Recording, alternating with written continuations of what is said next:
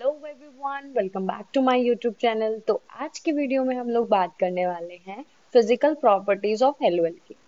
तो सबसे पहले फिजिकल प्रॉपर्टी हेलो एल्केन की हम देखने वाले बेटा बॉइलिंग पॉइंट की। जो बॉइलिंग पॉइंट होता है वो डायरेक्टली प्रोपोर्शनल होता है मॉलिक्यूलर मास के। अगर जितना ज्यादा मास होगा उतना ही क्या होगा, उसका बॉइलिंग पॉइंट कहलाएगा।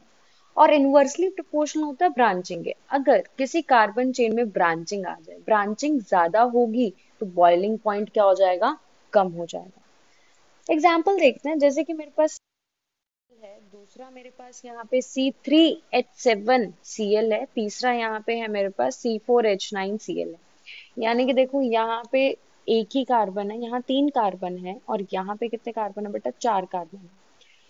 तो इसका मॉलिक्यूलर मास कम होगा एज कंपेयर टू दिस और एज कंपेयर टू दिस। तो सबसे ज्यादा मॉलिक्यूलर मास किसका होने वाला है, सी का होने वाला है। जितना मॉलिक्यूलर मास उतना ज्यादा क्या होगा, उसका बॉइलिंग पॉइंट कहलाएगा। तो सी का बॉइलिंग पॉइंट ज्यादा, फिर बी का बॉइलिंग पॉइंट और फिर ए का बॉइलिंग पॉइंट। तो चलिए अगला एग्जांपल है मेरे पास C2H5F। F है यहाँ पे, फ्लोरीन है, यहाँ पे C2H5 क्लोरीन है, यहाँ पे C2H5 ब्रोमीन है और यहाँ पे C2H5 आयोडो ग्रुप जुड़ा हुआ है।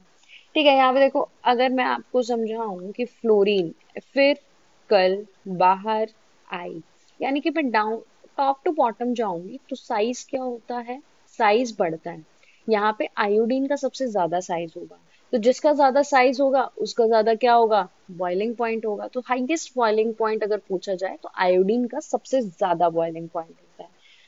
देखो लिखा हुआ है as molecular mass increases magnitude of their van der Waals forces also increases. Molecular mass बढ़ेगा, उनके बीच का जो वैंडरवॉल फोर्सेस है वो भी क्या होगा, बढ़ेगा। अगर वैंडरवॉल फोर्सेस बढ़ेगा तो बॉइलिंग पॉइंट क्या हो जाएगा बेटा, इंक्रीज हो जाएगा। अब अगर मैं ब्रांचिंग की बात करूं, ठीक है, ब्रांचिंग मैंने बोला जितनी ज्यादा ब्रांचिंग उतना कम क्या होगा बेटा, उसका बॉइलिंग पॉइंट हो जाएगा।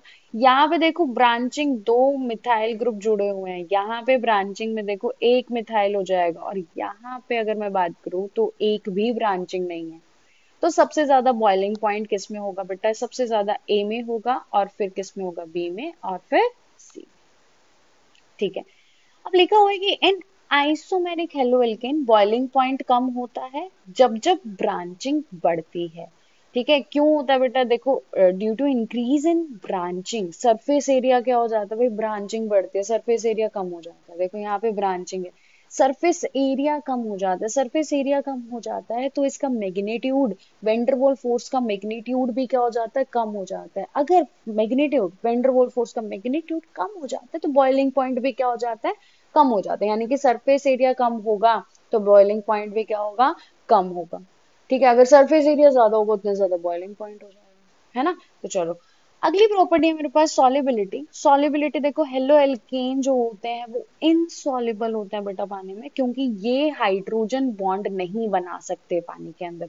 जो हाइड्रोजन बॉन्डिंग अच्छी करते हैं, दिखाते हैं, वो क्या करते हैं बेटा, कि वो क्या होते हैं, सॉल्युबल होते हैं। बट यहाँ पे हेलो एल्केन्स क्या इनसॉल्युबल है वाटर में, क्योंकि they are unable to form hydrogen bond with water. ठीक है, तो हम हेलो एल्केन सॉल्युबल किस में होते हैं, कुछ ऑर्गेनिक सॉल्वेंट्स में ये सॉल्युबल पाए जाते हैं। ठीक है, जैसे कि बेंजीन में सॉल्युबल होते हैं, ईथर्स में CCl4 और एक्सेट्रा, कुछ भी हो सकता है। सॉल्युबिलिटी सिर्फ इतनी। ठीक है, thank you so much for watching बेटा। अगली वीडियो में हम लोग बात करते हैं chemical property of hello alkene.